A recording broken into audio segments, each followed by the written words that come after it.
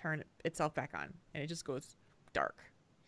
That's weird. It's so weird, and it may not happen for like days, and Yeah. then it'll happen like when I'm in the middle of a game or something, and I'm like, no, my monitor's dark. Come on. I can't see which lane I'm in. It's not good. Oh. Oh, let me do the tweet thing. Yeah. I see we went live on Twitch.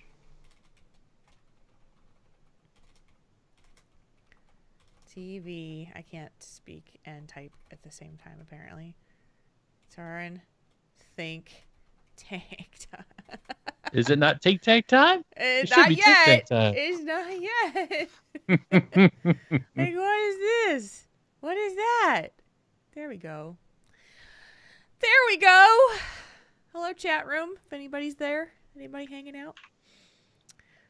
Everybody's going to watch Ready Player One except us. Yeah, I know. I gotta... Getting off work so early, I was tempted. You were tempted. You were like, yeah. If I'm in a good state tomorrow, I may try to sneak out and go. Hey, we'll there you go. So we'll see. We'll see what's going on. I know what's gonna happen. I know I'm gonna if I decided to go, then BlizzCon would be announced while I'm in the theater, and I'd be like, oh shit. You have 238,000 messages. No. What? Oh, what man. happened? I know. I mean, that's why I try to go I like to go to a movie on a Saturday morning early or Sunday morning early, because normally that's not people won't be trying to reach me or get in touch with me and that kind of thing. Some days it'll happen I'm because I usually go to the gym over lunch, and some days it's nice and quiet, nobody wants to chatter about stuff, and some days it's 15 messages while I'm on the treadmill, and it's come on, I just have to finish this and I'll be done, and then I'll or if I'm doing a strength workout and I'm literally answering questions in between sets while I'm at home. It's just just there. 9, 10. Yeah, pretty much. Okay, you're gonna do this, this, that, and this. Yeah. 1, 2. Yep. Yeah. I mean, I was working on we have a company that's assisting us with sponsorship this year for the party, and they're awesome. But we're just working together, so they had a bazillion questions, and so I was in the middle of doing doing kettlebell rows, and then I'm all right, gotta answer this question. Okay, now it's more squat. Okay, I'm done with my squat set. I'll come and answer your question now. Jeez. So, I know, right? Oh. Oh. It never ends for a social media mogul like yourself. It never ends. It does not. Well, it does on the weekends. It usually gets pretty quiet on the weekends because I kind of shut off and watch esports and make stuff. So. Yeah. I saw commissions are open again. Yes, I am. So my next piece that I'm working on is going to take me a while, but as long as people are okay with the fact that it'll take me 2 to 3 weeks to deliver, they're open again.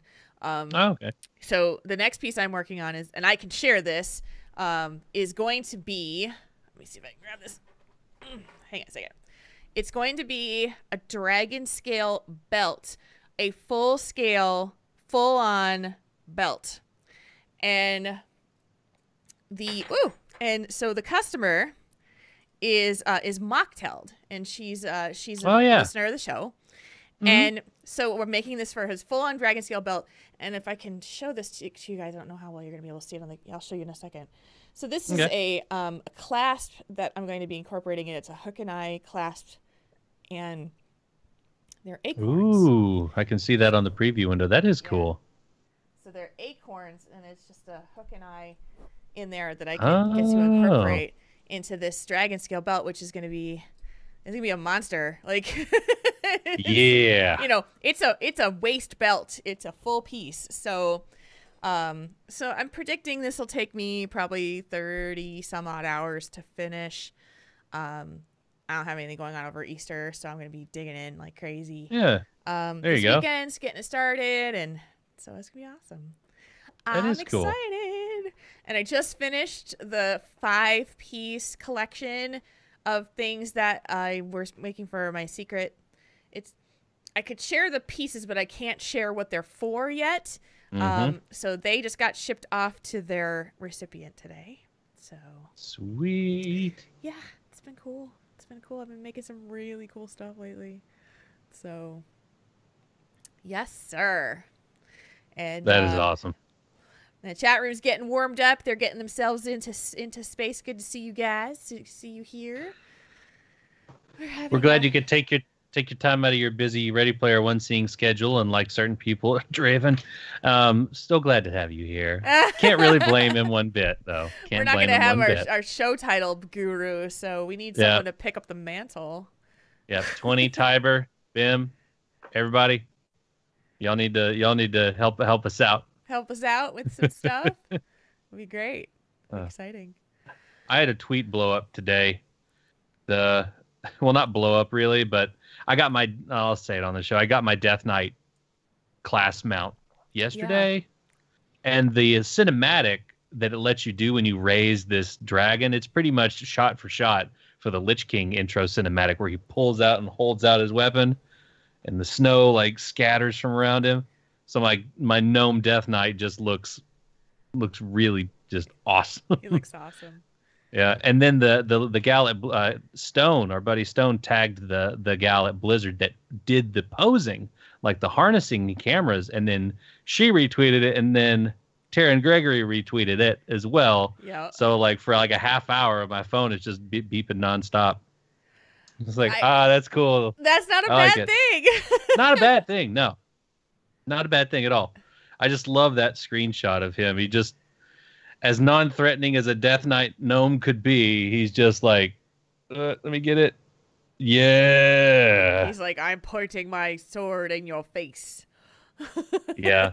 I'm not the kind of like grab a hold, like, you will bend to my will, that pretty much the entire Death Knight campaign is in Legion.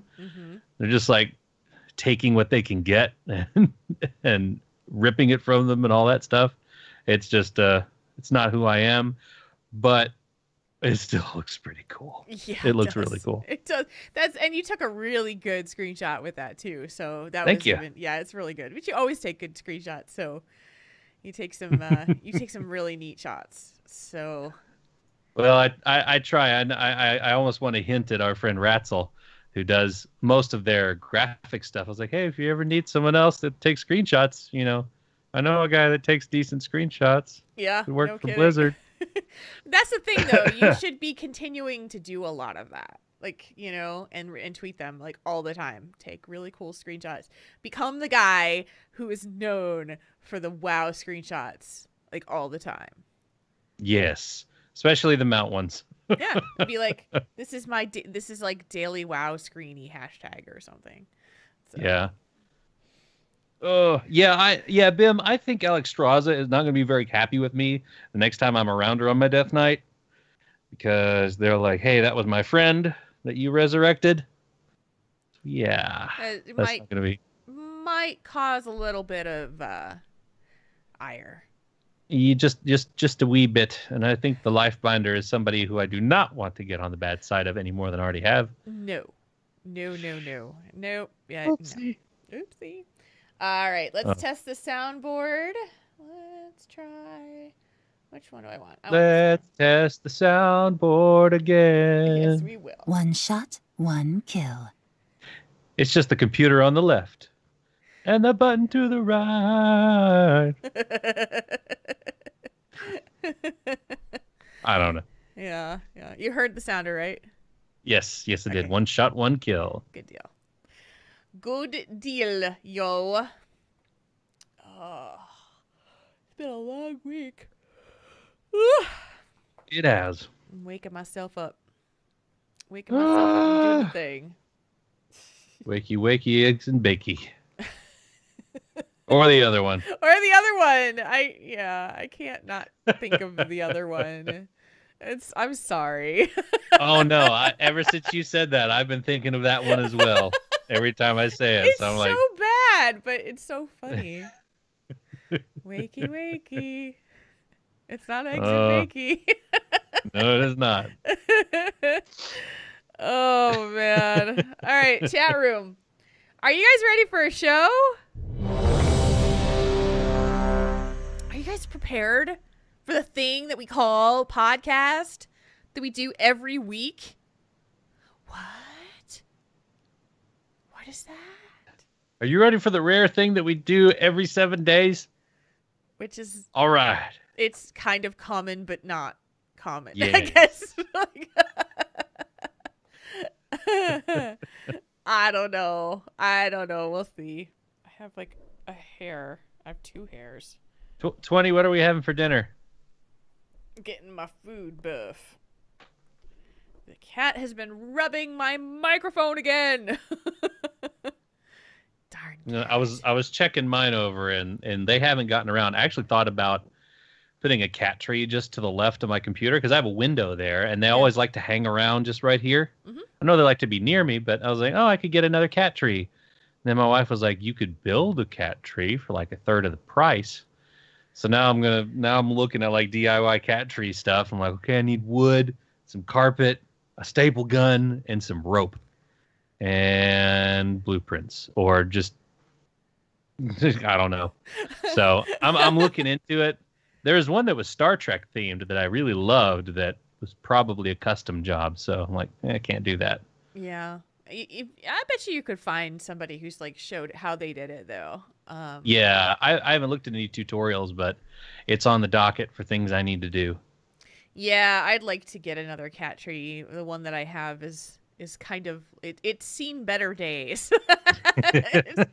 it's had its moments. I've had this cat tree for probably I've had it for longer than I've had Garrus, and I've had him for 4 years now. So that is a long-lived cat tree. It is a long-lived cat tree. I mean, we've got an area on the front where the sisal rope has been unspooled, but it's still there, and he still likes to scratch at the cardboard underneath the sisal rope that there's there. So I'll just leave it. Yeah. So, but the rest of it is like, yeah, you're a little worn, but you do the job. You do the job well. Mm-hmm. He's crashed out in his little bed, so we'll be good for a while until he wakes up and wants to. Yep, till he wakes up. Yep. And he wants to walk across the desk. Coming up in 30 minutes, the Zoomies. The Zoomies usually happen when I come home from somewhere. Like if I come home from the gym, he's like, oh, like it's just everywhere. She's home. She's home. She's home. She's home. Run, run, run. All right, guys. Chase me. We've got a show to do, and we've got a chat room, and we've got a Marconin, and we've got a Jules. So I think it is time. Are you ready, sir? I'm ready. All righty then. Let's do it. Tauren Think Tank episode 266 records in 3, 2, 1.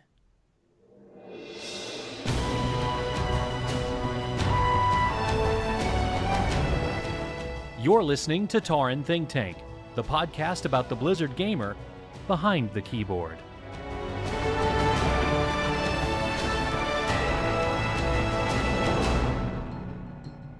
It's episode 266 of Tauren Think Tank. Today is Thursday, March 29th, 2018. It's 8:12 p.m. Central Time.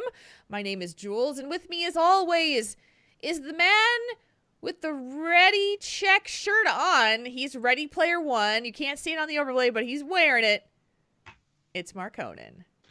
Hey, Jules. Hey, everybody. And yes, welcome to the show that I like to affectionately call Jules and Marconin are not watching Ready Player One right now, unlike our good friend and show title guy, Draven. Thanks, buddy. Enjoy the movie.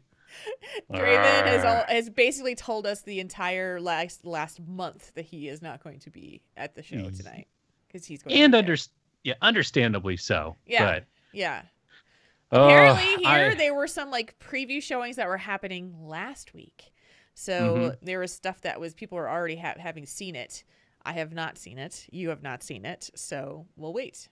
Yep, I got a couple days to wait, and so you probably won't see much of me on social media until really late Saturday night because that's when I get to go see it. So, and I am like, even though, I had people tell me, well, why do you care about spoilers? You've read the book, you know how it ends. I'm like, I know how the book ends. I don't know all the little cool, geeky things that I'm going to get to see.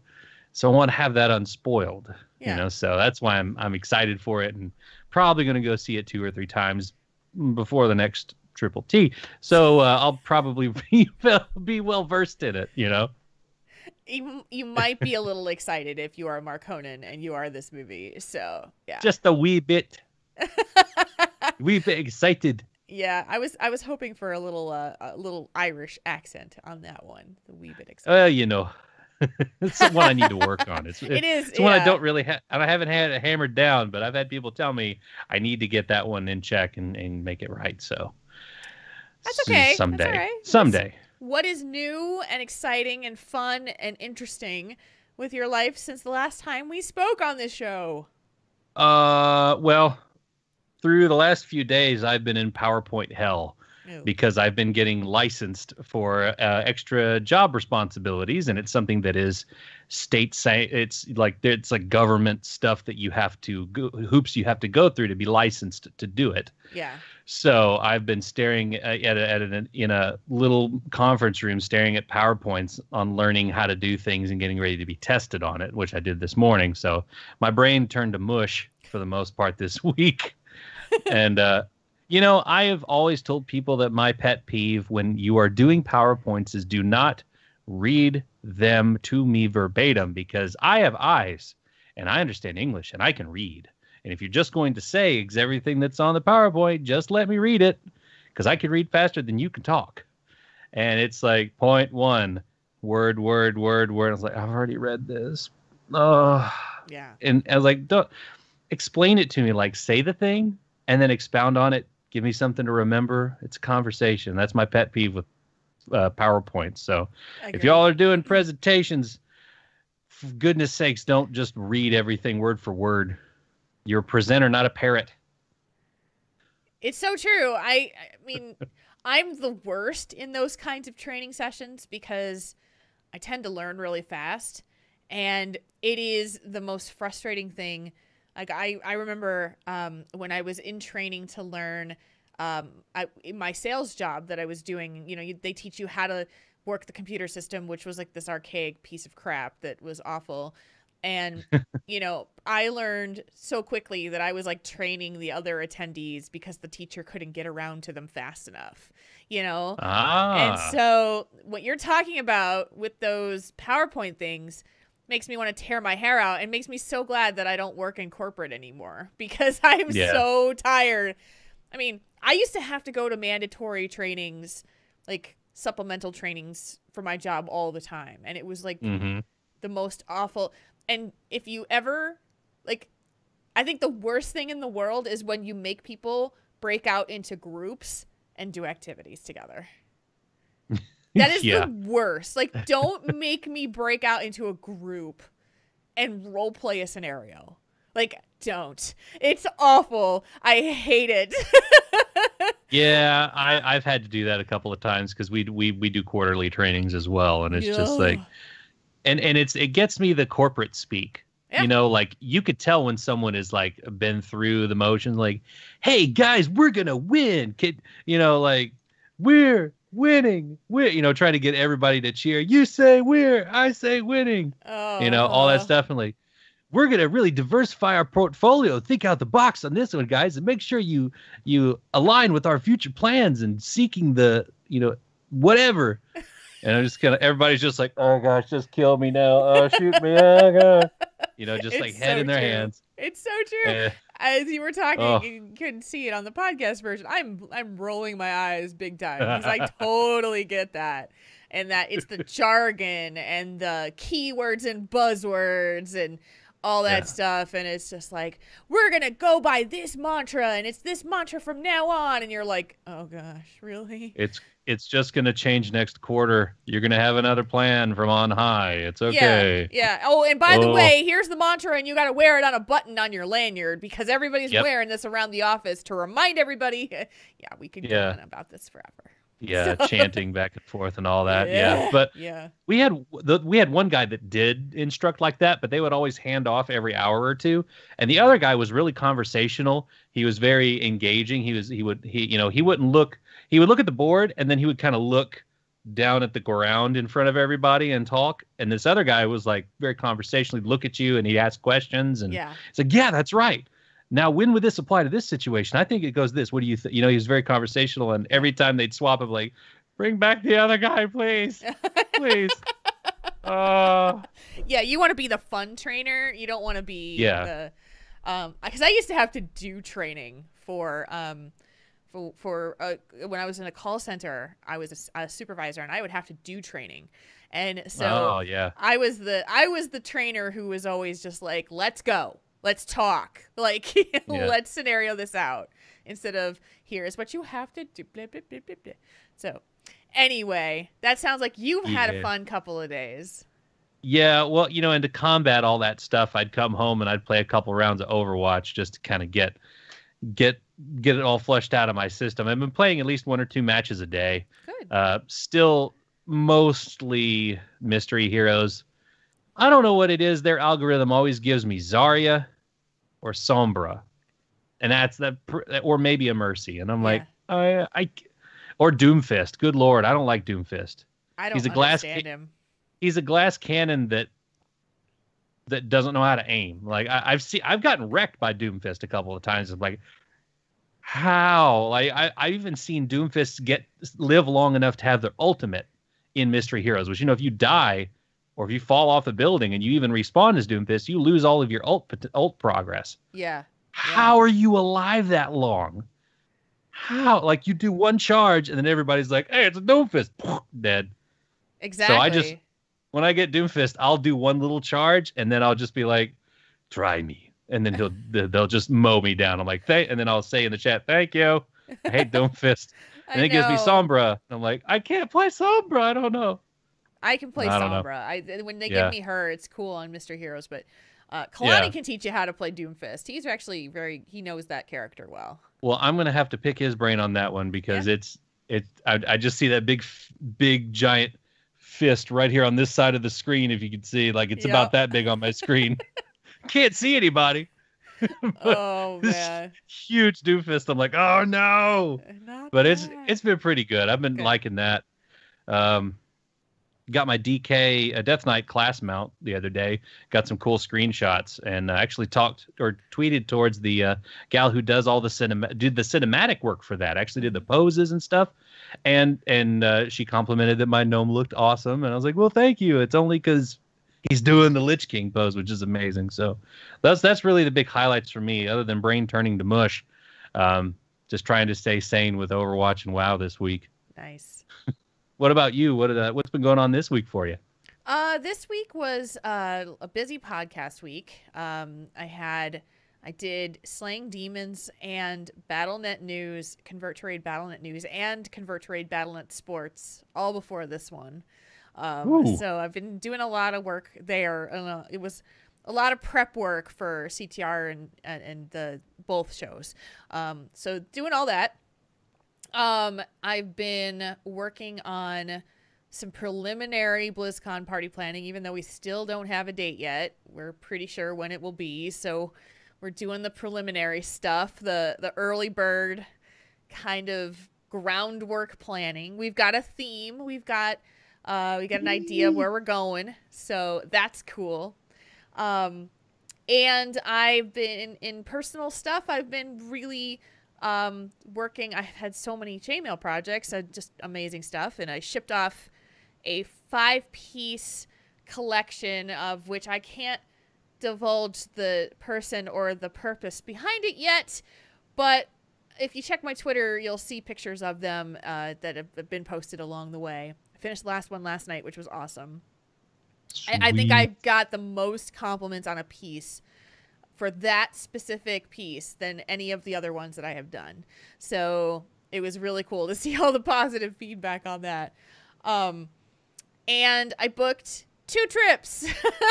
Sweet. I know. So at the end of April, just to prepare you guys ahead of time, we probably will either have a show on a Wednesday or we will not have a show that week. It's the end of April. I'm going to New Jersey to visit mom and dad for the weekend. It's been long overdue because I haven't been out there since September. I was going to go in December, but I couldn't go because that was when Spike died. So, And I'm going to Heroes of the Dorm Sweet! in the middle of May. So we should be able to have a show before I go because I'm leaving Friday and I'm coming home Tuesday. But I'm really excited for this one because I've not been to Heroes of the Storm LAN except for BlizzCon. So this is going to be super cool. There's going to be a lot of people that I know that are going to be there. And but I was a little trepidatious about doing it at first. Mainly just because I haven't really traveled to a place where I'm going to be like there on my own the whole time. Because usually like BlizzCon and other things like PAX South, I was always meeting up with someone on the other end, like you and, you know, and other people, you know, Pat, whatever. Either I was traveling with somebody, which I have no problem traveling alone. It's just that when you're staying by yourself and you're like only, like, for me, if I'm going into an area that I don't quite know, which is in Burbank, that's where it is it safe for me to walk around by myself alone? You know, that kind of stuff. And so I was getting a little anxious. I was having a little bit of stress. Yeah. And so I got talked off the ledge by my dear friends Jocelyn and Nevermore. And, you know, just they're like, you're going to regret it if you don't go. And I was like, oh, I know. And because my commissions have been so hot lately, I've been able to save a bunch of money, put that money aside to be able to take the trip. So awesome. Yeah, so that was really, really cool. So thank you to everyone who has commissioned me lately, because that has really helped me to make this happen. Yeah, so I've been super busy. I will be working on a big project this weekend, a big chainmail project this weekend for Easter weekend. I won't be going anywhere, so it'll just be me. And yeah, I mean, things are good. Life is good. It's still not warm enough to be considered spring yet, but I think we're getting there. We're slowly getting there. It hit 50 degrees the other day, and I was like, oh. So sauna weather. Right? I know. I was like, I didn't wear my winter coat outside. I just wore a sweatshirt, and I was okay, and I didn't die. So that was a plus. It's awesome. Yeah. So yeah, like things are good there.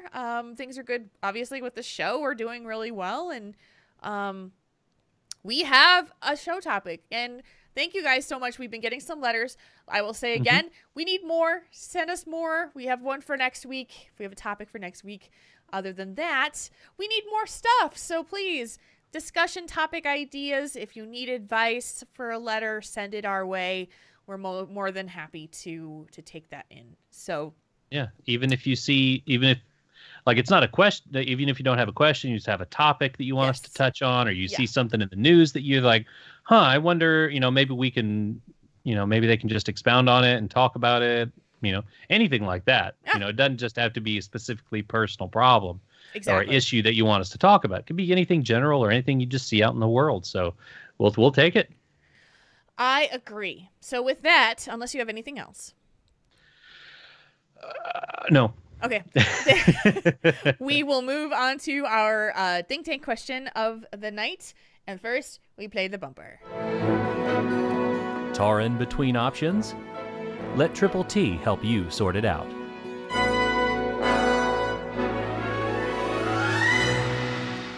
It's think tank time, or well, it's also known as Tink Tank time. Yay! we have a listener letter. It is a little serious, so we're gonna set the tone, bring it down just a little bit, and I will read the letter and we'll talk about it. Here we go. Hey, Triple T. I've listened to the show since around episode 30, and I've never considered writing the show before. My life has had its ups and downs, but I consider myself a strong individual who more than often errs on the side of logic over everything else. Because of this and my last traumas, I compartmentalize everything in my life. My marriage, my children, my friendships, hobbies, and job. I'm finally reaching out to the show maybe for help, maybe advice, maybe to know if I'm handling my situation normally. I'm an avid WoW player, an ex-guild leader, and a mythic raid leader. I've been leading raids since 2009 when I started playing the game. I have friendships and acquaintances all over the world, and I'm proud to know nearly every person I've met in game. My most recent team is my most successful, and I've been lucky enough to have relationships on this team for years. I've met some people in person at BlizzCon and others for other get-togethers. I consider every one of them a close friend of mine who I care for. I had a conversation with one of my longest tenured and most consistent players. He confided in me he's having some health issues that could result in an abrupt death or fix itself. Doctors have given him little in terms of answers except explaining what's happening to his body. At the end of his conversation, he told me if he just disappears, it's probably because he's dead. I've never had to handle death in my life yet. I'm 30. I've had acquaintances from high school die since then, but never anyone I actually cared about. My grandparents had passed by the time I was 13. I feel like I want to cuddle this person, give them a hug, and tell them everything is all right, but at the same time, that reaction feels like it would dim any outlook on his life that he has left. I want to tell everyone on the team, but I don't want to for the same reason. I don't want to lose my friend, and I want him to know how much he means to me without being depressing. I feel like I compartmentalize all of these feelings, and I won't act until he's either gone or cured. What can I do to express my feelings, honor him if he's gone, and break the news if I get bad news? I'm at a loss. I'd prefer to remain anonymous. Thank you. And this writer is male. Okay. Yeah, that's that's tough. Yeah. Yeah, it is, because you have a couple of things going on here. Number one, you have you don't know what to do with the fact that this is a person that you know, who you care about, who you may lose, and have never had that experience before. It's also a situation where it's like, I don't know what to do with these feelings. I don't know what's appropriate. Like, what's the appropriate thing to do in there? So, if this is you, Marconin, well, first I should ask, have you ever had this happen to you in a similar situation? Not really, and not really anything this specific. I mean, I've had friends that have been very sick.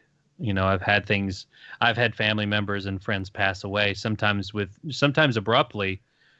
And, you know, I hadn't gotten the chance to talk to them in a while. I've talked a long time ago. One of my friends intentionally walked out in front of a semi and got killed because he just was depressed and didn't want to keep on living, you know, and that hit me abruptly and very hard. I've had classmates pass away the day after I talked to them when I was in middle school. So, you know, I've had to deal with it, but not as specifically as our writer has today. Right.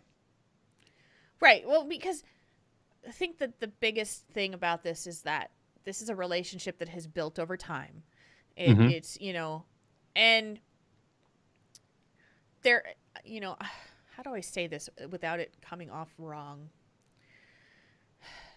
We live in a culture right now, and we have been for as long as you and I have been alive, where it's not really socially acceptable for men to express their feelings in a way that is compassionate and caring to what I think is another man.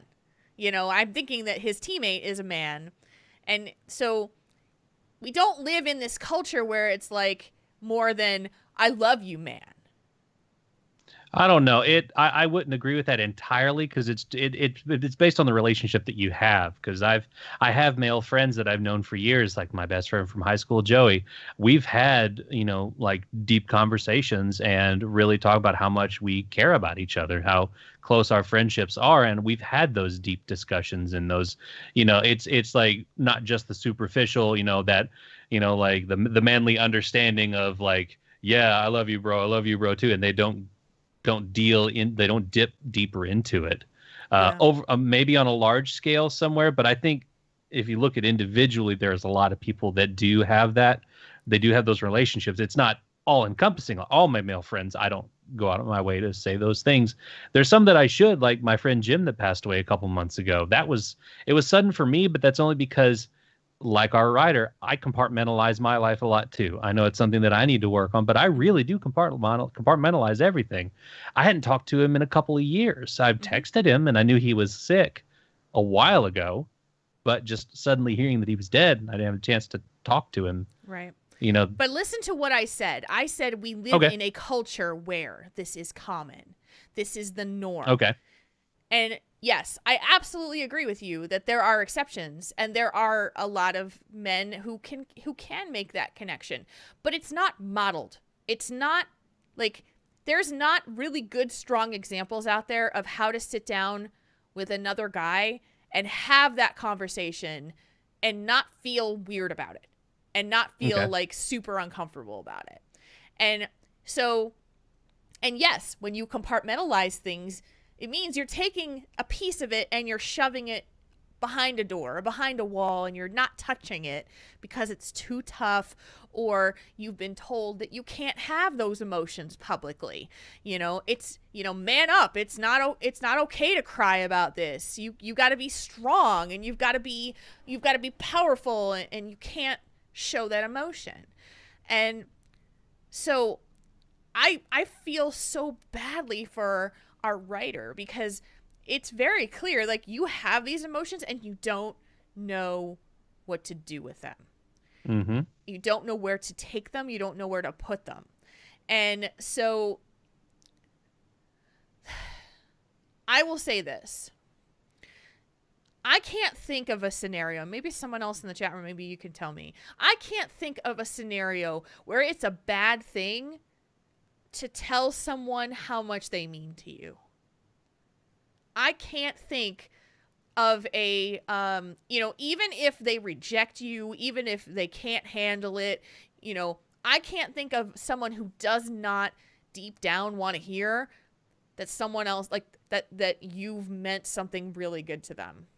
You know, that their friendship meant something to you, that they're a good person, you know.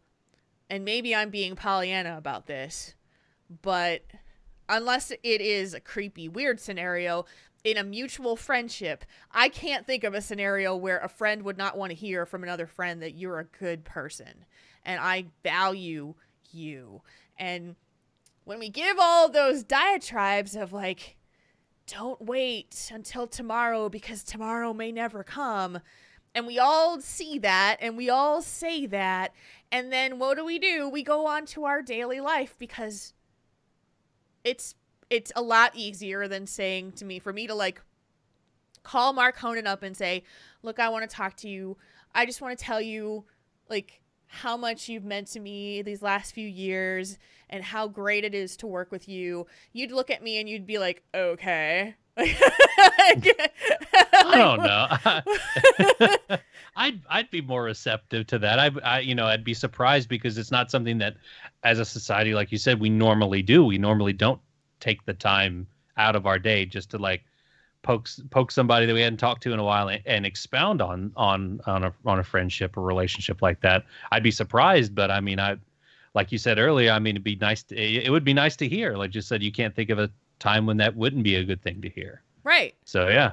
And so, but it is, I will say 100%, it is really sometimes really hard to sit down and like express those feelings one-on-one, face-to-face with somebody else. And so, you know, I get it. Like, it's scary to just like be vulnerable and be open to that emotion and to tell somebody, like in this scenario, this teammate of his could basically either pass away or be fine. And there's this gamble of, well, if I tell him that I love him, or whatever iteration of that is, and tell him how much he means to me, you know, I could maybe miss out on the chance to do that, or I could do it and he'd think I'm a complete doofus because I overreacted to a situation that now is not needed. But like I said, I can't think of a scenario where someone wouldn't want to hear that. It's just like the hand is being forced because there could not be another chance to say it. Yeah. And I think, you know, and I mean, there's probably ways that you could approach it with him because of his illness, not try to, you don't want it to sound like, you don't want it to be the same words you would say to him as if you were over his tombstone and he'd already passed away. You don't want to give him like, the final goodbye when there's possibly not a final goodbye. Yeah. Because that's just, it might be a way to approach it like, hey, I know you're going through all this stuff, dude, but I'm just going to say it. I really appreciate all these years. You can go on to what you were going to say. I mean, in that, as long as you don't word it in kind of a so long, farewell, Auf Wiedersehen, goodbye type of way, then it would, I think it'd be, that would be my biggest fear with someone who is going through a possibly terminal, health condition, is that everybody is, it's everybody's taking their chance to come by the casket and say their goodbyes. Like, I'm not gone yet. Give me some time. That's the way that if I said I had some kind of terminal illness and all of a sudden everybody came by me, I would run the risk of feeling that way. That, oh, you're only saying it now because I'm going to die. Like, you're only saying this now. Where were you before?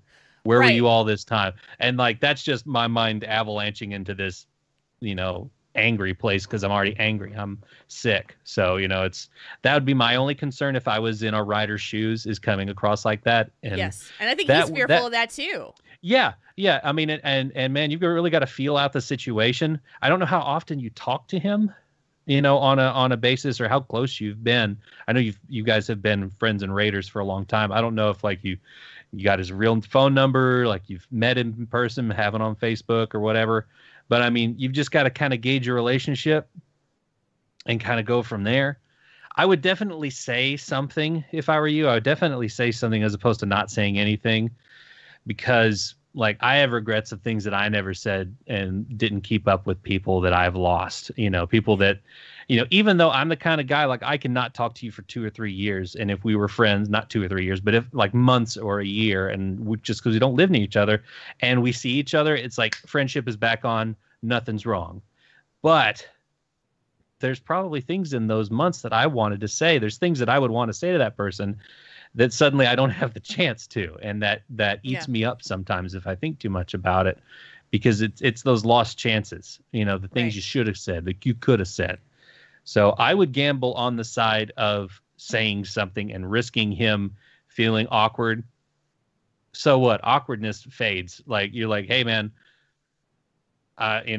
you've been an awesome raider and you've been a really good friend, man. And I know that you're going through this rough time. I just want you to know I'm here for you, and not in the Hallmark greeting card once every few months kind of way. Like, dude, here's my number, whatever you need. If your friendship is like that, I don't know. Yeah. But, make yourself available to talk, but don't push yourself on somebody, Well, and I'm going to contradict that just a little bit. And I'm going to say, you know what?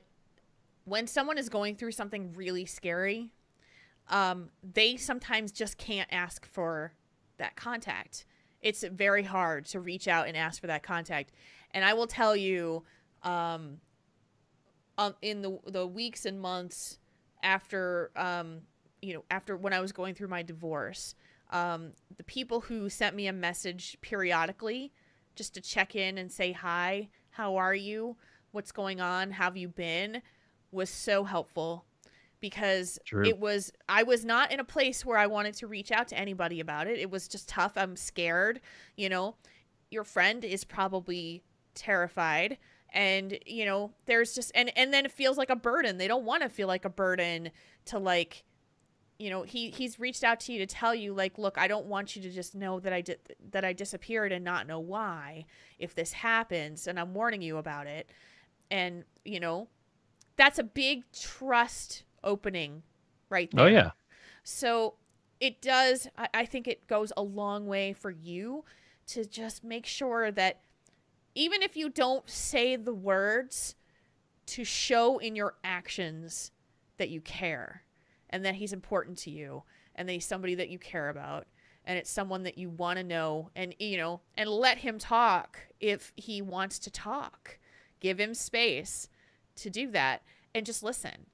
You don't have to solve his problems. You don't have to offer advice. Sometimes you just have to be an ear and be like, man, that sucks. That's really shitty. That's so hard. I'm sorry. and ask them what they need. You know, like, do you need me to send you a meme to make you laugh? Something. When I was during that whole divorce time, Pat's wife used to send me. We had the Irma Gerd meme.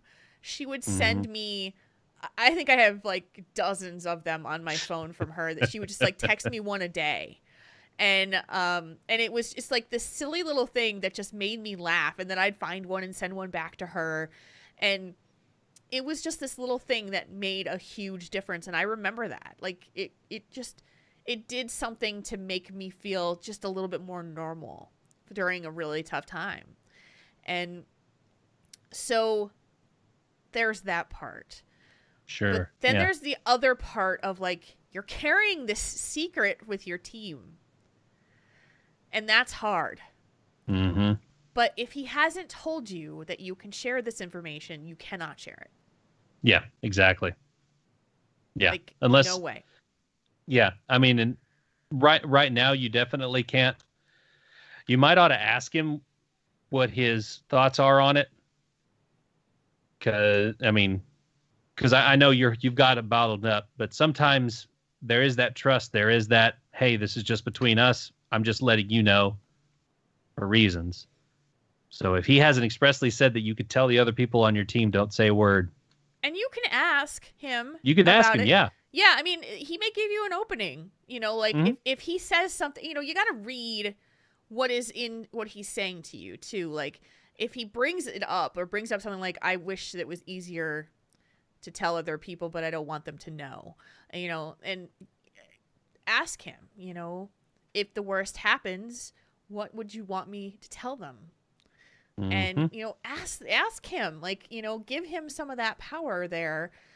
It's just that stuff that is very hard, but he has given you the opening. He has given you the opportunity to ask him questions about what's going on, unless he tells you, I don't want to talk about it anymore.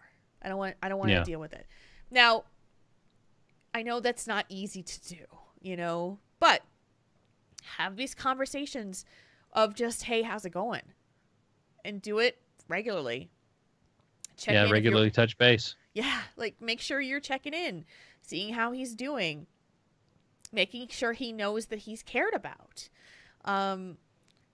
If you can't say the words, if the words are too hard, if it feels strange, that's okay. But you've done something. You've taken action to show it in a way that maybe words don't have to cover. Yeah. And that's the thing. Sometimes you don't have, like, we're not all that comfortable, all of us, expressing our emotions. It's just a thing. Like, it's really, you don't just automatically learn how to express this stuff. No. If you feel like you want to coddle him, if you want to give him there's nothing wrong with that. Like, express to this person what you want them to have. I realize I've assumed their gender, but I hope that that's okay. If you want to make that connection with them, do it. That's the best thing I can offer there. Yeah, and I mean, and you know your friend better than we do, so you can read into that. But I mean, regret's going to feel worse than anything that he can throw at you. Yeah. In the long run. So you're erring on the side of caution by saying something now when you have the chance. And if he makes a miraculous recovery, if this works itself out, then you've got a close friend. Mm-hmm. Either way. I mean, it's a win-win situation if you say something. Yeah. You don't know. Become an inside joke between the two of you. Hey, you remember the time where you almost died? You know, just like having, you know, something to give him crap about. Like, so glad you didn't do that. You know, I'm not making light of the situation, but if it came out to be that way, you would be able to have this bonded moment with this person. Mm-hmm. And help them through an experience that was really tough. But if the worst happens, if it does happen, then you are, as a raid leader, and I've had to do something similar with this, is that sometimes you just have to be the leader. You've had time to process the information. You've had however long it has been since you've known. When you share this with your team, you have to understand that it's going to come as a shock. It's going to hurt them. Like, they're going to be hurting badly, and they're going to need time. They're going to need space. They're going to need, support. They might just want to talk. They want to sit down and talk about memories of experiences with that person. And, that's when you step into the leader's shoes, because you're going to help them through it. You're going to help them through the process that you've already had some time to work with. So the worst thing that you can do when it comes to grieving is to compartmentalize it and toss it in a box, or shove it behind a door or a wall, because it's still there. It doesn't go away. You've just postponed it for a while. You have to process it. You have to understand that it's going to be a strange and like surreal thing. I can't describe the process. It just, like, there's no words that really do describe how it feels to grieve. And everybody grieves differently. The one thing I can tell you is that it does get better, because time does heal. You won't forget. It will still be there, but it won't be as acute as it will be in the beginning. And sometimes you just have to let it take you for a while,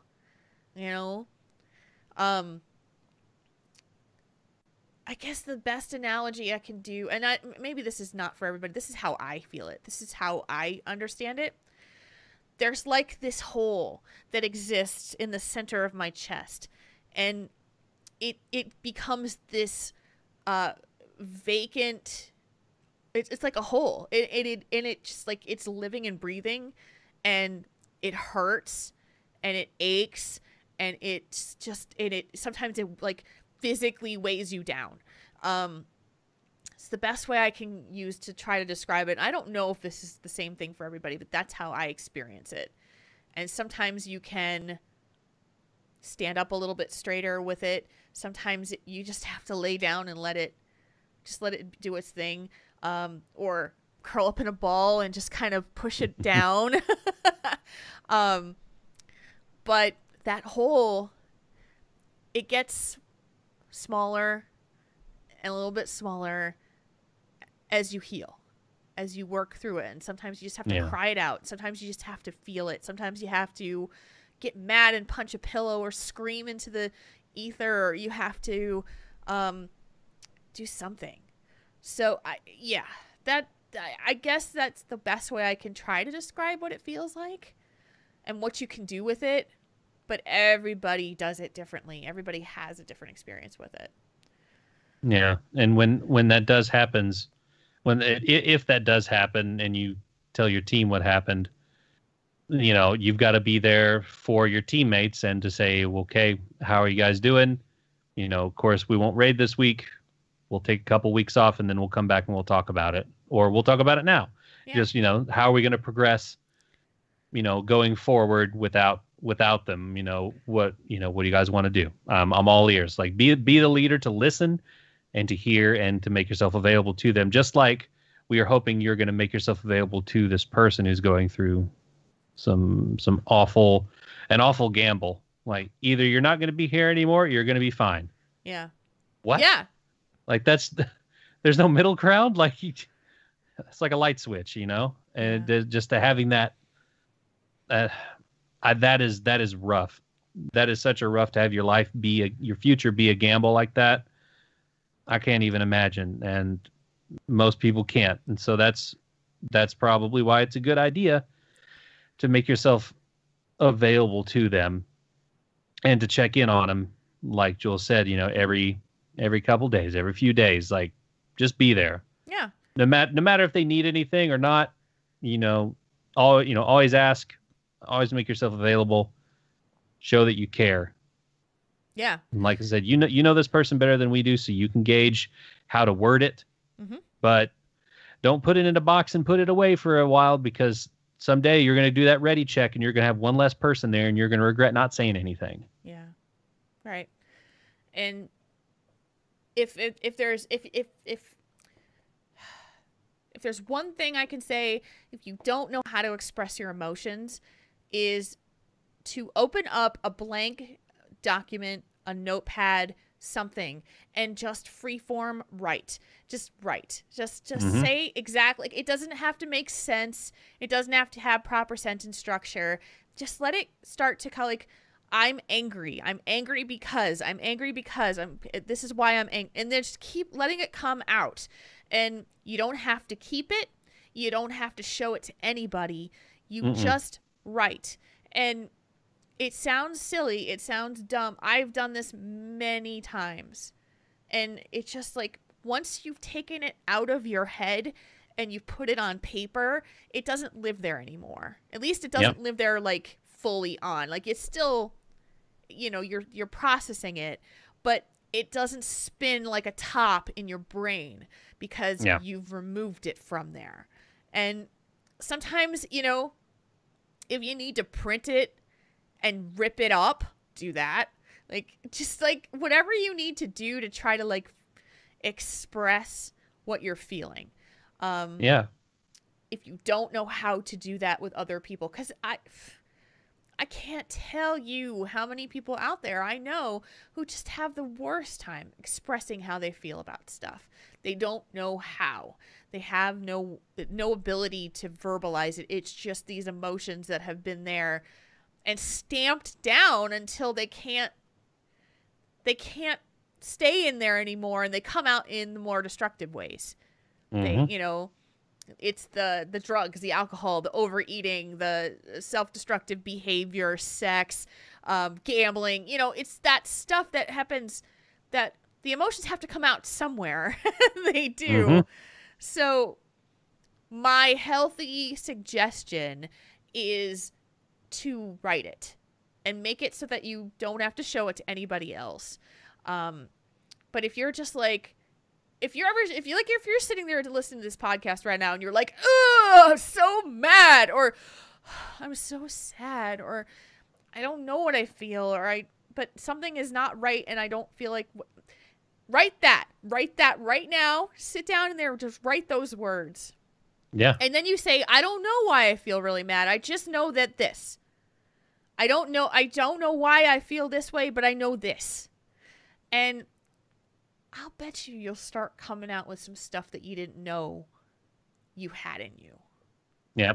You'll finally be able to start digging through it, because like Jill said, it just runs around in your head and you're running around in a circle and you're not going anywhere.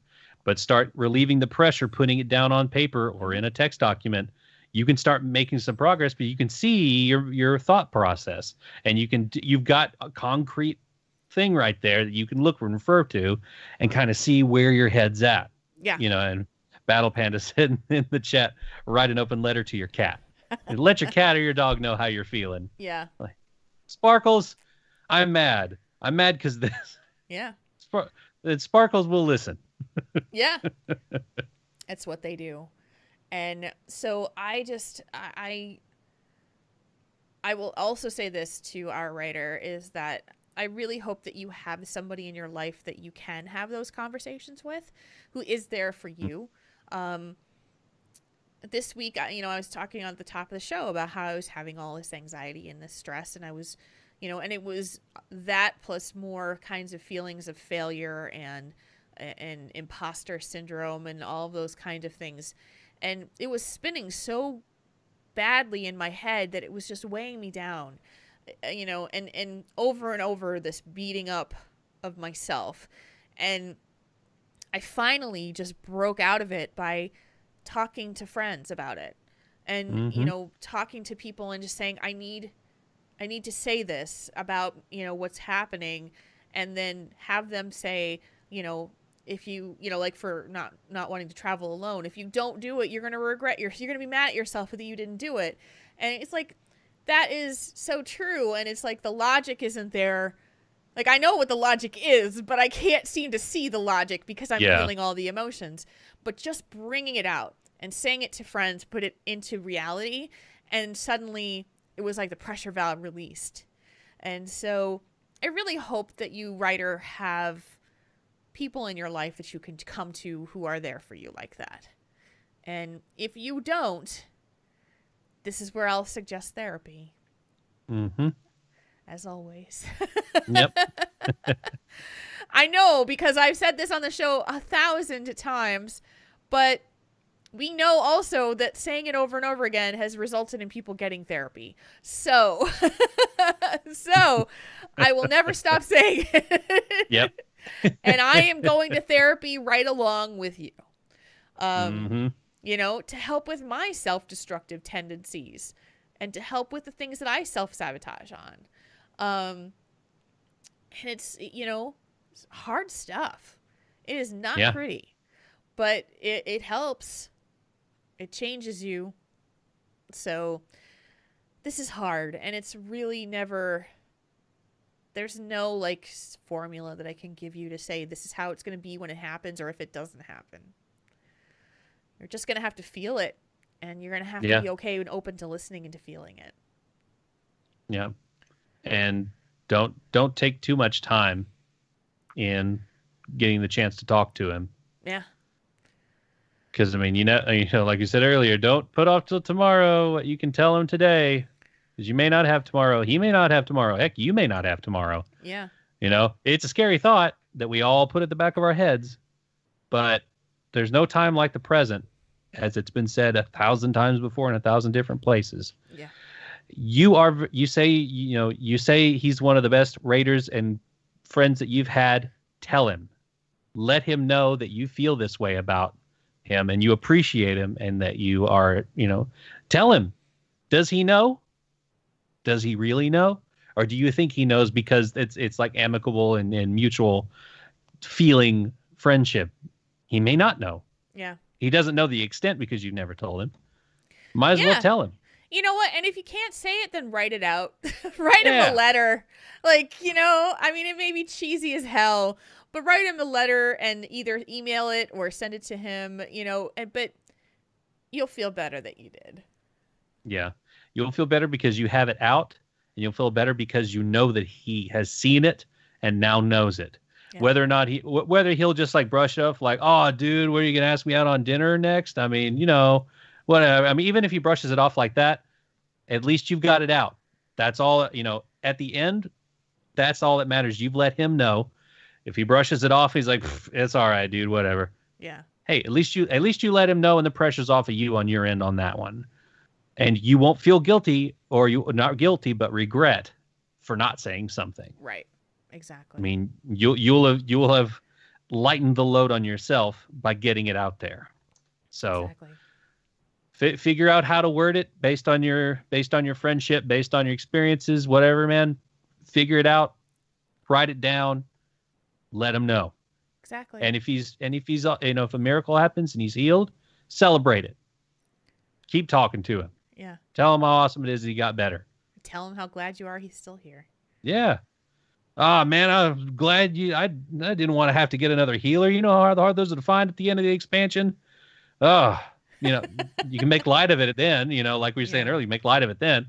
But, based on your friendship, man, just go for it. I mean, heck, I'm tempted now to text or email some of my friends that I haven't talked to in a while now, too. So those of you out there, if there's a friend or a family member you haven't talked to in a while, let them know how they feel, or let them know how you feel about them. Exactly. Do it. And all right. Let us know how it goes. Yes. Mr. Writer, sir. Thank you so much for writing to us. I hope that the news is good and positive. But we're here if you need us, and we hope that it's going to be okay. I mean, I know it's going to be okay, but we hope that you'll be okay, and you'll move forward from this. So And if you have thoughts or questions about this letter that you would like to share of your own, you can do so at questions@taurenThinkTank.com. And you can send your letters for advice and or discussion topics to that same email address as well. You can also jump into our Discord server, which is tinyurl.com/TTTchat2. And you can talk about our letters and show topics right there. Yep, there's a room for it. There is. All right. We're going to switch gears. We're going to jump into some Tell Us One Thing, have a little bit of fun before we get out of here. Here we go. We read your submissions because reading your mind would just be creepy. It's Tell Us One Thing, and the first question that I came up with this week is, tell us something that's happened to you that sounds unbelievable, but it's really true. This one's really tough for me to answer because I can't really think of much that, so if I told someone that this happened, nothing really like remarkable has happened to me that I can think of. All right. And it's just kind of like someone said, that's unbelievable. Like, yeah, because it's not true. Kind of boring. I mean, the only thing that it's not something that happened to me, but I could tell somebody something I did. They'd be like, you did that? I don't believe that. Yeah. Okay. So, I mean, you can beg off this question. That's fine. Do what? You can beg off this question. That's fine. Yeah. So just go ahead and pass on it, or yeah, sure. You can pass on it because I have one I can share. Sure. Yeah. Kind of boring. I'm sorry. It's okay. Oh. So when I was living in Madison, Wisconsin, I had an apartment, and I had that apartment for about 7-8 months. And then I wound up buying a condo and moved into that condo. And I lived there for, I think, about 2 years before I sold it. And when I sold the condo, the person, so I go to the closing, and the person who's buying, it's the first time I meet the buyer. And they, so we have to, they write down the addresses of each of the people who are moving, like her address, and then of course mine, which she's buying. And I looked at the sheet, I looked at the form, and I went, oh my God. The woman who was buying my condo was living in the apartment that I left. Exact same apartment. Wow. She was living in my apartment, and she was buying my condo. And I was like, she shows me her driver's license, and it is the same address of the apartment that I lived in before I bought that condo. Like, how weird is that? That is weird. Wow. Like, the weirdest coincidence in the world of, like, you lived in this apartment and then you bought the condo. I did the same exact thing. It was just, it blew my mind. And I'm like, this is like the weirdest story. That is, wow, so that is true. weird. Right?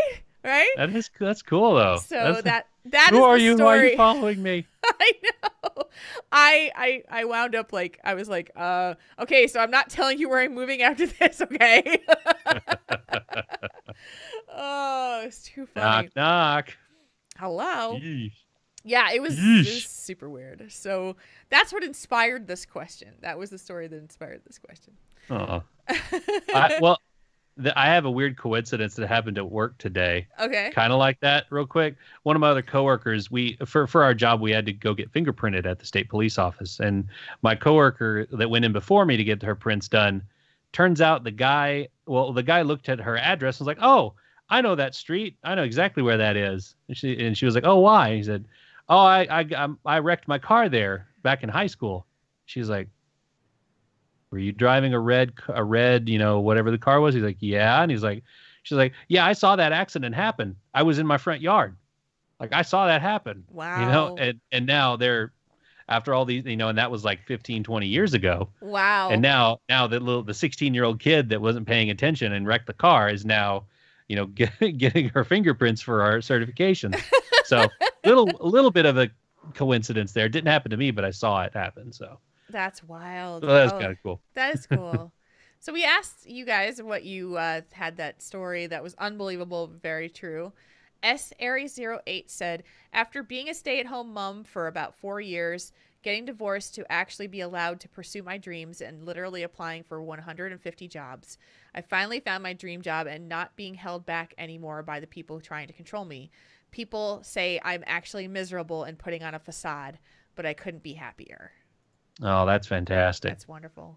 That I would say that's unbelievable, but I'm believing it because it's an awesome story, and I believe that to be true.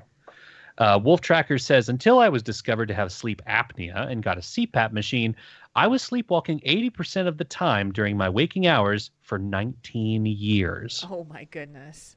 Sleepwalking 80% of the time. That's insane. Whoa. That's kind of scary. Eli CTR says, less than a month after I left Fort Lewis, Washington in 1980, heading for Germany, Mount St. Helens blew its top. Then in 1989, less than a month after I departed Germany, heading for Fort Riley, Kansas, the Berlin Wall came down. In 1993, I was sent to South Korea for a year. I departed in South Korea in May of 1994. In July of that year, then leader Kim Il-sung of North Korea died. All forces on the Korean peninsula were involuntarily extended to 6 to 12 months. 3 wondrous world events missed in the blink of an eye. History just follows you, man. It really does. That's really cool. That's cool. That's so crazy. Oh, yeah. Namiria941 says, when I was in college, I literally got paid hundreds of dollars to poop in a jar. Some grad students in food science and human nutrition were doing a study about how different types of fiber affected the human body, and they needed volunteers to the tune of about $50 a pop. Being a broke student, how could I say no to the easiest money I ever made? She actually wrote $50 a poop. Oh, $50 a poop. I said pop. Sorry. I said pop. $50 a poop. Show title. Oh boy. $50 a poop. Man, that's easy money. That's right? Hey, that's consistent money. Like that's just, you ever been paid to poop in a jar? Nope. Nope. I have. Man, Namiria, sign me up. That's an easy job. That's too funny. Oh man. Mammoth says, go ahead. I read that one in the pre-show, and I'm so glad that it worked out that I got to read it because I really wanted to. Mehmet says, I got into the medical books. I did not eat for nearly a month, needed 6 pints of blood, survived a benign tumor in my stomach, only like 8 cases of adults getting this. If anyone knows how to verify I'm in the books, please let me know where to look. I have no idea. Wow. Yeah, wow. I have no idea. That is crazy, man. That's crazy. And 2020 site says, I have to go with the house party I was invited to at Andrea Toyas' house last BlizzCon. She's the senior casting and voice director at Blizzard, and I met her in the Hilton Starbucks. We talked, and she invited me to her party, at which I met 5 Overwatch voice actors and 1 WoW voice actor, as well as multiple other lovely people. That I would say it's unbelievable, but she did tell me about that. She's like, I got pictures to prove it. Yeah, it's like it happened. You got pictures. Oh, yeah. Yeah. I totally believe it. Yeah. It is awesome. RJ Sketch says, I was hit by 2 tractor trailers in a row in December of 1999. Walked away physically unharmed, but definitely had some PTSD. Yeah, that is he told me that story last year, and that is nuts. That is crazy. Oh. Like 2 in a row? Yeah. What are the odds? Like insanity. Ooh. Oh man, that was there were some fun responses in that one. Yeah. The second question I asked is, if you could win a $1,000 shopping spree to any store, what store would you choose? Marconen's got to think on this one, I bet. I got to think on this one because there's if we're talking about an online store, I could probably go easy and say Amazon or, because there you just get anything on there. Yeah, yeah. But like a brick and mortar store, geez. Heck, I might just go to Best Buy because there's always something I want there. I know. Always like there's a computer thing I want, or a video game, or a movie, or anything, or either do that or I don't know. Toys R Us is going out of business, so I could probably get some sweet deals on video game stuff there. Mm-hmm. kind of sad. I went walking through there, my local one the other day. Tons of people in there. The employees just kind of like, welcome to Toys R Us. Yay, unemployment. Yeah. Kind of sad, to lose but our jobs. yeah. Or GameStop. Heck, I'd throw now that ThinkGeek owns it and they have so much collectible crap in there. Yeah. I mean, they've got tons of Funko Pops in there now, so I'd probably go throw a K over there. Just give me. You could do that. I could. Then I'd run out of. Then the entire background would be all Pops. It's like, where are you gonna put them though? You buy $1,000 worth of Funko Pops, you're gonna be the guy with the floor-to-ceiling Funko Pop room. Yeah, but they're gonna be organized, and it's gonna mean a lot to me, and that's gonna be better than that picture I shared. So I'll do it right. I won't be that weird guy. You know, there's a problem when there's a problem when people thought that was your actual room. That picture you shared. You know you have a problem. I think like it was like Kalani thought was like, is this really his room? Like, no, it's not really my room. I'm not that bad. Kalani really did think that was your room. Yeah, I believe it. Ugh. Oh, too funny. Well, for me, you picked one of mine. I would pick Best Buy because I want a new TV. And so I'd got one or two of them there. Yeah. Yeah. I'd be like, $1,000 shopping spree. I want the TV that's like $950 and then give me the other peripheral. Oh, well, I probably have to pay to install it on the wall. So I'd have to put aside couple bucks. $50 to get the installation and stuff. But yeah, I'd do that for sure. I did think about Amazon though, because the insane amount of stuff that I buy on Amazon, I don't buy a lot of stuff in general, but everything I can buy on Amazon, I will buy on Amazon. So it's like, it's so many times. Oh my gosh. How many Amazon boxes do I have in my home? That's a lot. Yeah, especially during the holidays, like every other day or every day during the week, we would get a box in. Yep. I got the WoW Chronicle Volume 3 in yesterday from Amazon. Finally got that in, so now I get to read that. Yes. So, yeah, anything I can get on Amazon, I will. I almost bought a pack of Jolt Cola on Monday night because we were talking about Jolt Cola during Raid. I was like, oh, I haven't had Jolt Cola in like 10 years. Do they still make it? Amazon.com? Yes, they do. I know. So almost bought it. Ugh. Everything you want, almost is on Amazon. So almost. So we asked you guys what you thought and what you do with it. S-Area08 said, considering I spent that much not too long ago in the Blizzard Gear store buying statues and getting them shipped back to Australia, I would say that maybe there or maybe Kmart Australia, it's like the ones you have overseas, but so much better. It's my safe haven if I'm not on my PC. I'm glad it's better because Kmart's kind of gross. Well, I think Kmart's kind of out of business for the most part now in the States. Yeah, I don't. All the ones that I've seen have closed down. Yeah. So, yeah, considering they're not open anymore, it is much better. Uh-huh. So long, Blue Light Special. Oh. GDS MGL says, only $1,000? Newegg.com or Micro Center if it needs to be a brick and mortar. My computer could use a couple upgrades.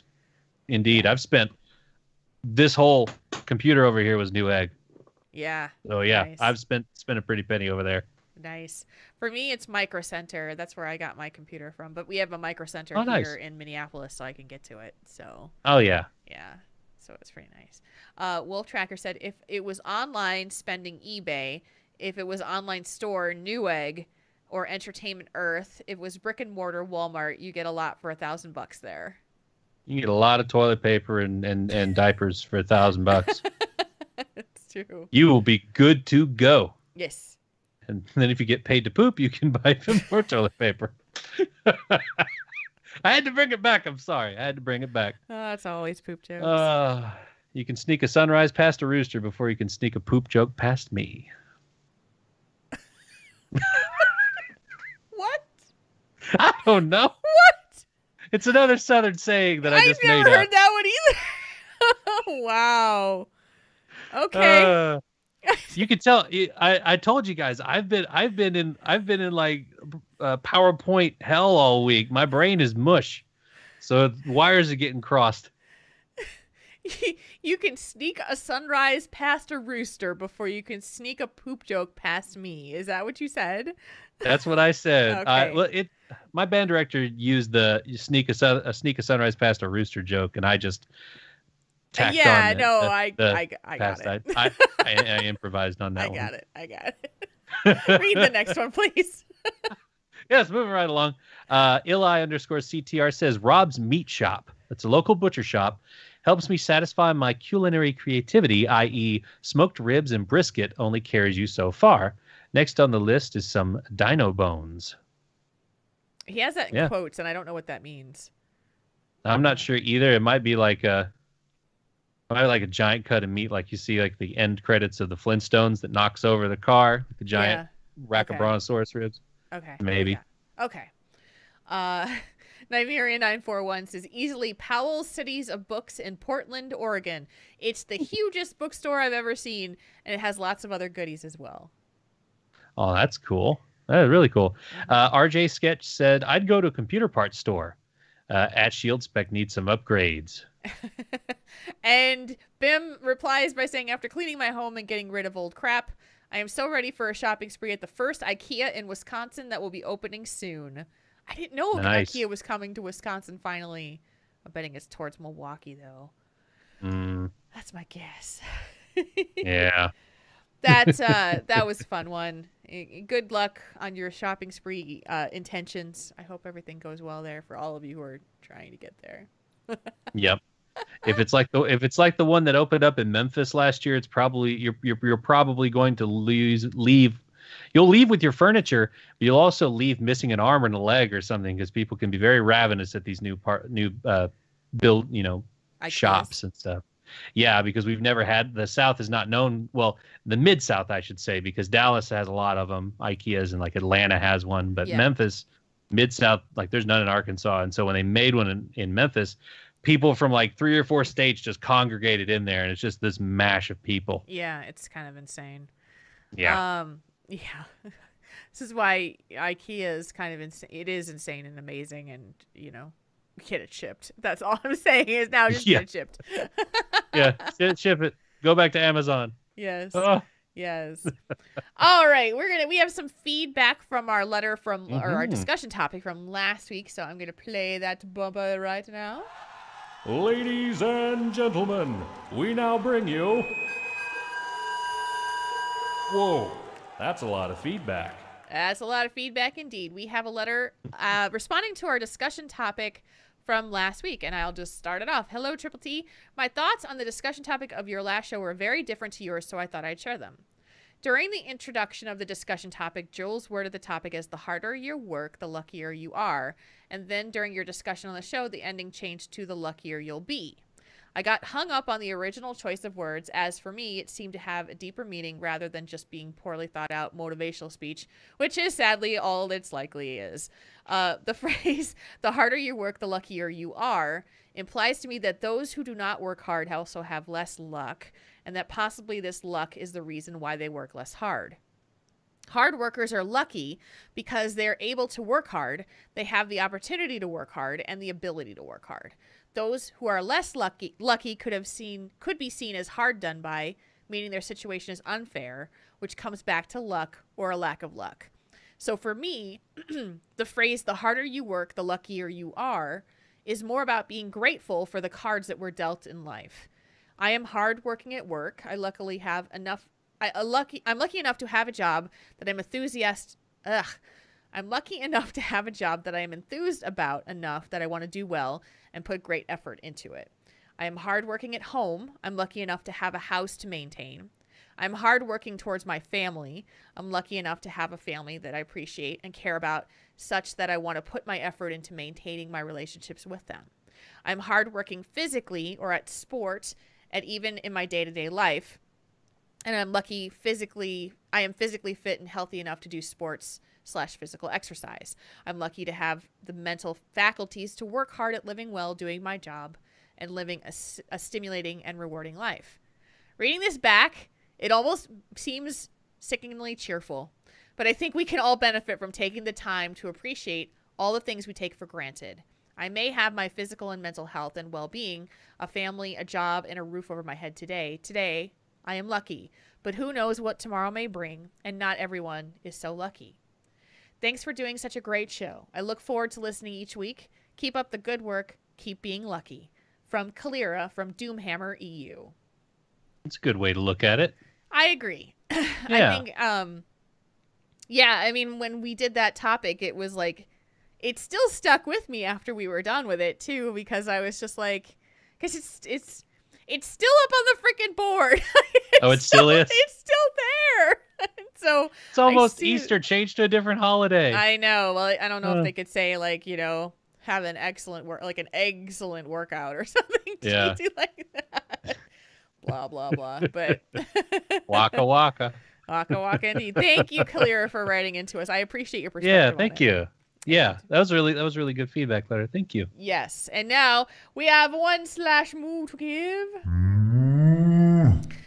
This was actually submitted for our unbelievable situation question, but I thought it was better as a /moo, so that's why I put it. Yeah.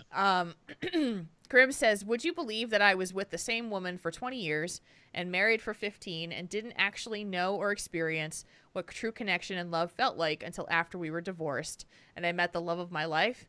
And for that I say /moo to Momentary Genius for showing me what true love is.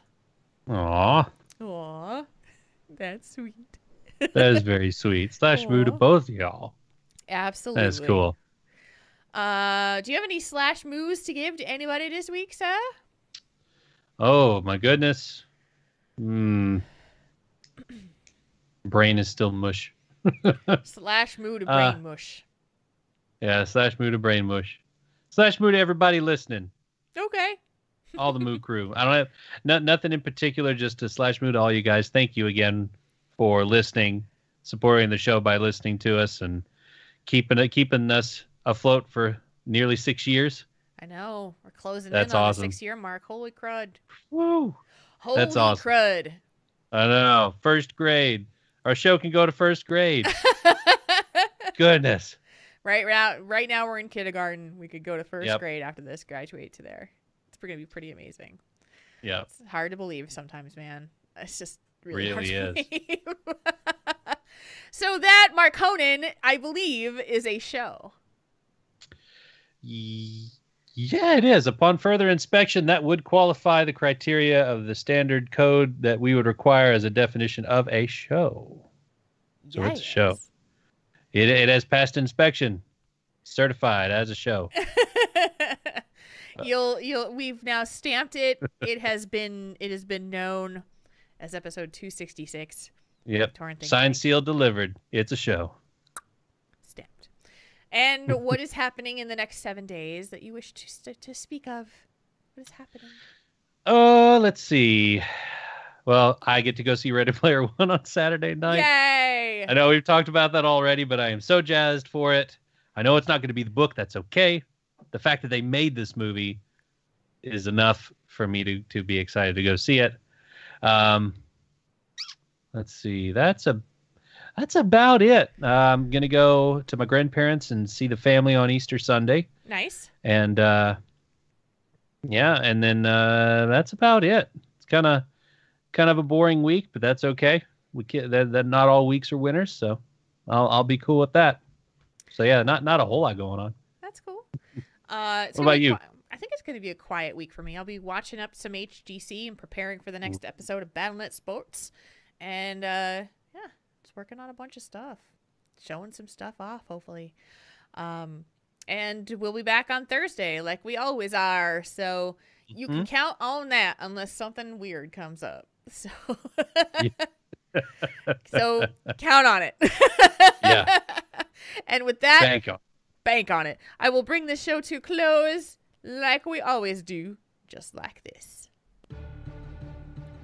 Tauren Think Tank is a proud member of the Signals Media All-Star Network.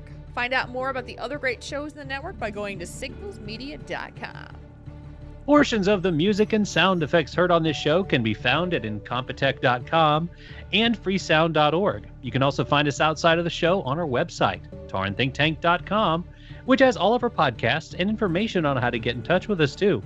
And the weather's getting a little warmer, so you want to ditch that sweatshirt, that coat, that overcoat, whatever it is, and get out. It's t-shirt weather. What would be more awesome to celebrate spring or fall or whatever it is in the Southern Hemisphere than a Triple T t-shirt? And you can get those at taurenthinktank.com/store. Also, you can get some other cool stuff, so check it out. Yes, do that. And you can also support our show via Patreon. Our next game night will be announced probably next week. We'll come up with a date and do it. Yeah. If you would like to be a part of the Patreon game nights and support the show and help out Jules and Marconin, you can go to patreon.com/taurenthinktank. And if you want to hang out and go to other members of the Triple T community and talk about your stuff, you can join our Discord server, and that's tinyurl.com/tttchat2. Yeah, do it.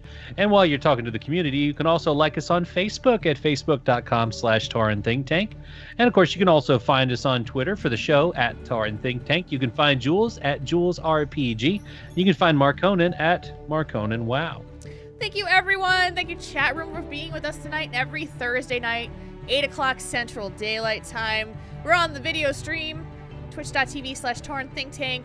You can find us out there. We're on YouTube there. We throw them up on YouTube. You can see the whole thing, start to finish. Oh, yeah. Right there as well. I don't edit. I just toss it up there. So. Yep. There you go. There you go. You get the whole thing. And Marconin. Jules. Have a wonderful week. Happy Easter. And enjoy the movie several times. Yes, and I hope you do as well if you get a chance to see it. Have a wonderful weekend, and I'll see you next week. Sounds good. We're going to get out of here. For myself, for Marconin, for the entire chat room. Until next time, /moo, everybody. /moo.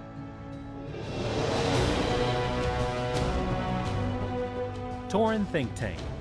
We make your problems less bad.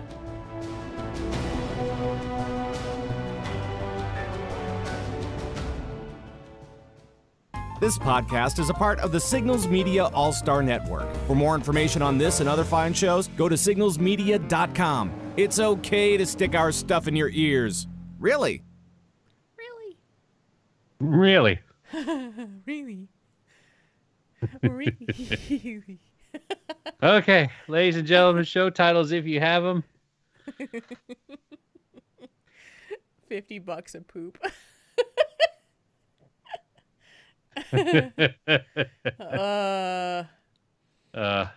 It's down to, for me, it's $50 a poop or sneak a sunrise past a rooster. Yeah. Either one of those are funny. The second one is a little long, but I can make it work. So $50 a poop. $50 a poop is really funny though. Yeah. I want to have to thank Namiria for that. I know, and it was like, oh no, you missed it. All right, I'm going with $50 a poop. Okay. Will Apple accept poop? No. As a word? No. You have to go back and look at my face. I know. I was like, did he really say that?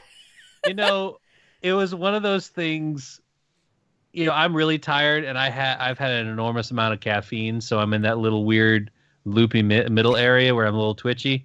And I thought it, and I considered not saying it, and then I considered saying it, and by the time I'd considered maybe not saying it, I'd already said it. And then I was like, as I was saying it, I'm like, please don't let this just fall completely flat. And then for a couple of seconds, I'm like, crap, it fell flat. Oh no! No, you broke me, so that worked out perfect. It was like this is everything right here, because like you see the little short circuit, like what? Oh man. Did you end up watching that Good Mythical Morning skit I tweeted at you the other day? Yeah. With all the Southernisms. Oh, those are funny. Just like, man, I haven't heard half of these. I wouldn't know what to do for how to. The Southernisms are so funny, but this is the thing: is that you they come into the conversation with you like you don't know when they're coming, and so all of a sudden it's like that one is a brand new one. I've never heard that in my entire life. Yeah, well, my band director had said, there was somebody who had a really bad embouchure, like they weren't playing their horn correctly. You know, it was a bad habit. And he said, he said, you know, you can sneak a sunrise past a rooster before you can sneak a bad embouchure past me, because he could hear it. Like, he couldn't see that they were doing it wrong, but he could hear the difference. And I really liked that phrase. And so I just borrowed the front half. Almost made another reference to the poop at the end of the show, but I thought better of it. I was like, I've already gotten away with it once. I'm not going to test my luck again. I got the poop in there second time. Like, no, not you know, not going to take my chances twice. That was really funny. Yeah, Battle Panda, you are a lot more southern than I am, geographically speaking. Yeah, Mr. Grebner, it was a band joke. Yep. It was a total Kinda band like joke. How do you make a trombone player's car more aerodynamic? Take the pizza delivery sign off the top. Oh, jeez. There's a whole slew of trombone players are pizza delivery boys jokes. Whole bunch of them. Yep. Yeah, Battle Panda. That you got too many L's in that y'all. Like, we're too lazy in the South. We say y'all, but we ain't gonna type out all those L's, man. That's too much time. It's too much time. It's too much work. I declare. I just want to mose it down my road in my truck and just, you know, just be like with my hand on the steering wheel. And when I drive real slow past someone, I raise my hand on the steering wheel just to say hi. Yeah, and then I'll wave to you because I'm in my rocking chair enjoying a nice glass of sweet tea. Watching the day roll by. Yeah, people don't sit on porches here either. So. Yeah. Yeah, just one finger. Yeah, you raise just one finger like, hey, how's it going? My dad used to, when he got bored and he would pass by somebody on the road, he'd fake act excited. He'd be like, hey, you know, like he actually knew them. And they're like, hey, who I know. that? I can't stand that. Or if somebody's driving past you and you're waving at somebody and they were like, oh, hi. And he's like, who was that? I don't know. And now in the converse, if you're in New Jersey, you know, it's like everything is how you doing? How you doing? How you doing? And there's no answer to that except how you doing. So yeah. I walk past you and I'm like, how you doing? How you doing? It's not like we get good. That sometimes down here, but it's more of a hey, how you doing? Like good, how are you? Good. Like we'll do the answer part. The answer part. Every once in a while I'll encounter, hey, how you doing? And then that'll be it. Yeah. And I'll answer back, and then they're gone. And I'm like, okay. Oh man. And then, I've had to warn people who I've brought with me to New Jersey at some point where I'm like, when you meet my family or people that I'm close to, they're going to kiss you. Men too. Like they're going to kiss you. Is it like that? Like on each cheek, or is it? Yeah, it's not like the French thing. It's more like so you'll see like my grandmother, my grandmother will kiss me on the mouth, and and my mom and my dad will kiss me on the mouth. It's just this like it's that kind of but then like my uncles and my aunts and something like that, you hug and you kiss on the cheek, and so. It's a weird thing for people that don't know what's coming and you see it. And so I get like, because we have so many family friends and it's the same thing. They're like family. So then you get the kisses and it's just like, and I forget because I'm like, I'm living here and it doesn't happen out here. And so I'll get like out of the rhythm and then I'm like, all right, kissing. That's right. We do that. Like, oh yeah. I remember now. I need to remember this. So yeah. I'll remember that if I ever get the chance to meet Mama and Papa Jules out there. Oh my gosh, you will get kissed on the mouth. Oh no. My mom will probably kiss you on the mouth. That's just kind of how it works. So nice to meet you, Papa Jules. I didn't say my dad, but. now that we've said it, if Dad is, I don't know if Dad's listening. He hasn't shown up in in there. Now he's gonna be like, Mark Honan! Hi. Oh yeah, then my mom says, "How's your mom and them?" Oh yeah, how's your mom and them? Hey, how's your mom and them? How's my Mom and homonym? What? Oh, I need to video that 20. Yeah, that'd be great. Yeah, no kidding. That would be really funny. If I ever did go up to Jersey and New York area or whatever with Jules, I'd probably get on the metro first and then yell Marsha at her. Like, I have to. Like, I have to yell Marsha. It has to be done. Is that Marsha? No, but it's a joke. Don't worry about We're it. gonna stand in Grand Central Station and be yelling Marsha on the platform.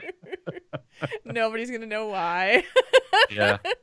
Would be even funnier if we just had a random member of the Moo crew in there, and then then they respond, "Get on the train, Marsha." I've had start people running say up. that to me at BlizzCon, though. I mean, how long has that? I mean, it's been around for almost 6 years. People still Almost 6 years, yeah. Yeah. Thought about designing a T-shirt that had that. I know. We did think about Marsha. that. It's now on the soundboard. The whole story's on the soundboard too. So. Would anyone buy a Get on the Train Marsha T-shirt? I know that might be a little too niche. It might be a little too niche, but it could be kind of funny. Yeah, I'd probably get one just because. We can put it up on the store. It's there. Yeah. All right. I'll start thinking of some designs or something. Oh yeah. Now, Get on the Train Marsha is the best. Yeah. Yeah, playing that original story it was just like this weird nostalgic thing. Like, wow. Yeah. Things I hadn't thought about for ages. And yeah. And then, just kind of going all the way back to the beginning. And then even our writers saying that they've been listening to since episode 30. We're on episode 266. Yeah. That's nuts. Like, wow. I think that's around when I started listening to the show. It was around 30 or 40, somewhere in there. Yeah. Yeah. So like, geez. By the way, I didn't mention this earlier in the show, but if there's happens to be anybody in the room that's going to PAX East, Dr. Anthony Bean is speaking at a panel. Yes. 2 panels, I think, there. And Steph is also going to be there, Ferociously Steph, and she is speaking on a panel as well. So 2 former guests of the show are speaking at PAX East this year. So yeah, that's awesome. The one that I was in didn't get picked, unfortunately, but that's okay because I'm okay with not going to Boston. I'd still like to someday, but I'm cool with not going to Boston this weekend. Is it this weekend? No, it's next weekend. Yeah, it's this coming, not like starting tomorrow. It's the following. Oh, okay. Yeah, that's right. Yeah. Yep. So. Yeah, that's gonna be cool. All right, loves, we're gonna get out of here. I need some water really bad. And and I'm burning up in this room. It's very warm in here. Burning up in your room. You're burning up. It's burning in here. Oh, you heard about the show from the Post on WoW Insider? God, that was long ago. Oh wow. That is long ago. Yeah, WoW Insider was a long time ago too. I know. I forgot that I had even done that. Like. Wow. Yeah, I didn't know that you had a post on there either. Honestly, I couldn't tell you what it was. Like, I have no idea. Maybe they just listed us on there. I don't know. Or maybe it was that they used to do the podcast roundup. I think that's what it was. Oh, okay. They were the ones who used to do the podcast roundup because I didn't do a specific, like interview with them or anything. I don't think so. But, yep, Triple T, almost 6 years old. Holy moly! All right. We out. Have a wonderful week. Enjoy your weekends. If you're off, Flash move, everybody. Flash move, guys. Have a wonderful week. We'll see you next week.